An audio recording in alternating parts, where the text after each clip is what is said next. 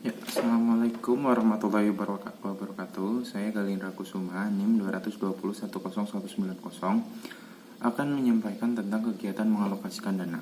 Ya, pengertian pengalokasian dana adalah pengalokasian dana dapat diwujudkan dalam bentuk pinjaman atau lebih dikenal dengan kredit.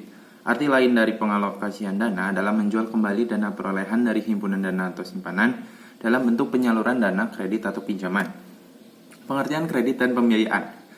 Menurut Undang-Undang Perbankan Nomor 10 Tahun 1998, kredit adalah penyediaan uang atau tagihan yang dapat dipersamakan dengan itu berdasarkan persetujuan atau kesepakatan pinjam-meminjam antara bank dengan pihak lain yang mewajibkan pihak peminjam melunasi utangnya setelah jangka waktu tertentu dengan pemberian bunga.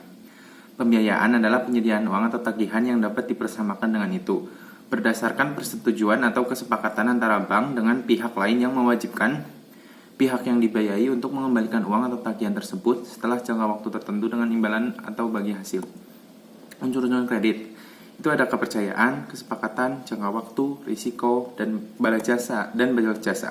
Tujuan kredit itu ada mencari keuntungan, membantu usaha nasabah, dan untuk membantu pemerintah. Fungsi kredit itu untuk meningkatkan daya guna uang, untuk meningkatkan peredaran dan lalu lintas uang, untuk meningkatkan daya guna barang, meningkatkan peredaran barang, sebagai alat stabilitas ekonomi, untuk meningkatkan kegairahan berusaha, untuk meningkatkan pemerataan pendapatan, dan untuk meningkatkan hubungan internasional. Jenis-jenis kredit itu ada dilihat dari segi kegunaan, ada kredit investasi, dan ada kredit modal kerja. Dilihat dari segi tujuan kredit, ada kredit produktif, kredit konsumtif, dan kredit perdagangan.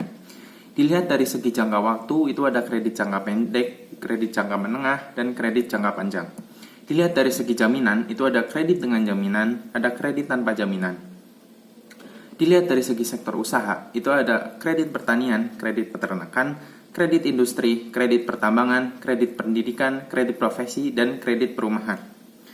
Jaminan kredit itu ada dengan jaminan dan tanpa jaminan. Dengan jaminan itu ada jaminan benda berwujud, jaminan benda tidak berwujud, dan jaminan orang. Prinsip-prinsip pemberian kredit itu ada 2, 5C dan 7P. 5C itu karakter, capacity, capital, collateral, dan condition. Terus yang 7P itu ada personality, party, purpose, prospect, payment, sama profitability, dan protections. Aspek-aspek dalam penilaian kredit itu ada aspek yuridis, aspek pemasaran, dan aspek keuangan. Dan aspek teknis operasi, aspek manajemen, aspek sosial ekonomi, dan terakhir aspek AMDAL atau lingkungan.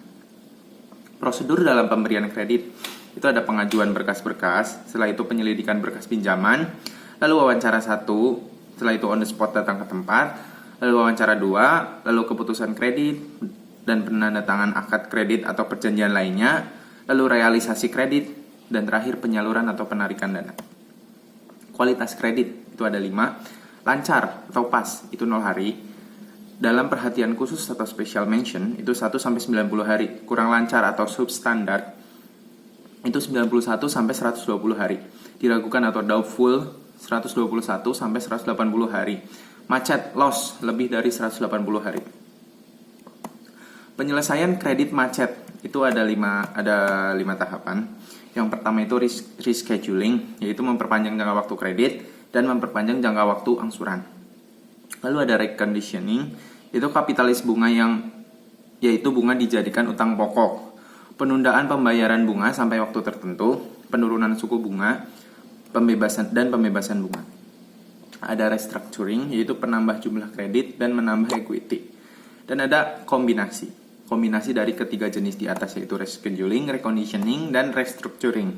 Dan terakhir jika tetap macet, maka tahap terakhir yaitu penyitaan jaminan. Ya, terima kasih. Wassalamualaikum warahmatullahi wabarakatuh.